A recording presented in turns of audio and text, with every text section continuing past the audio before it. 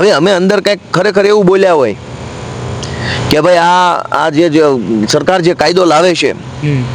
એનાથી મજૂરોનું નુકસાન જવાનું છે, બહાર આવીને ભાજપ વાળા એમ કે આ લોકોએ ભારત દેશનો વિરોધ કર્યો, તમારી પાસે વિડીયો જ ના હોય એટલે તમને એમ લાગે ને કે આ વિપક્ષ વાળા આવા જ છે, આવું જ કરે છે ને તેવું જ કરે છે, એટલે એની પોલ ન ખુલી જાય, સામે વાળા શું બોલે છે એ જનતા જાણી ન જાય, એટલે કદાચ મને એમ લાગે છે કે આ બધી વ્યવસ્થા થઈ હોઈ શકે, પણ જનતાથી મોટો કોઈ કાયદો અદાલત નથી. જનતા જાગે. આખા ગુજરાતના કરોડો લોકો પોતાના ધારાસભ્યને રોજ ફોન કરીને પૂછે ને કે ભાઈ બીજું બધું છોડ, તું પેલા લાઈવ કરાવવાનું કર, રોડ રસ્તા વીજળી પાણી ગટર બધું અમે જોઈ લેશું કે તમે શું કરો છો,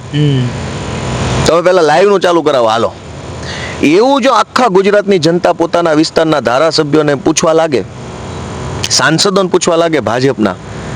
કે ભાઈ તમે અમને અહીંયા આવીને વિકાસની રોડની બીજી વાતો ના સમજાવો, લાઈવ કરાવી દો, અમે બધું અમારી રીતે નક્કી કરી લઈશું, કેમ કે અહીંયા તો જે બોલાય છે ઓફિશિયલ બોલાય છે,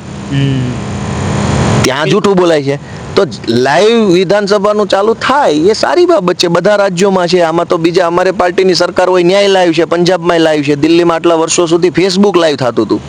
ફેસબુક લાઈવ. તો અમારી સરકાર તો ફેસબુક લાઈવ કરતી હતી, ભાઈ સરકારની કોઈ ભૂલ હશે વિપક્ષ ધ્યાન દોરશે, જનતા જોઈ લેશે, પણ એક્સેસ બ્લોક થઈ જાય એ તો યોગ્ય નથી ને.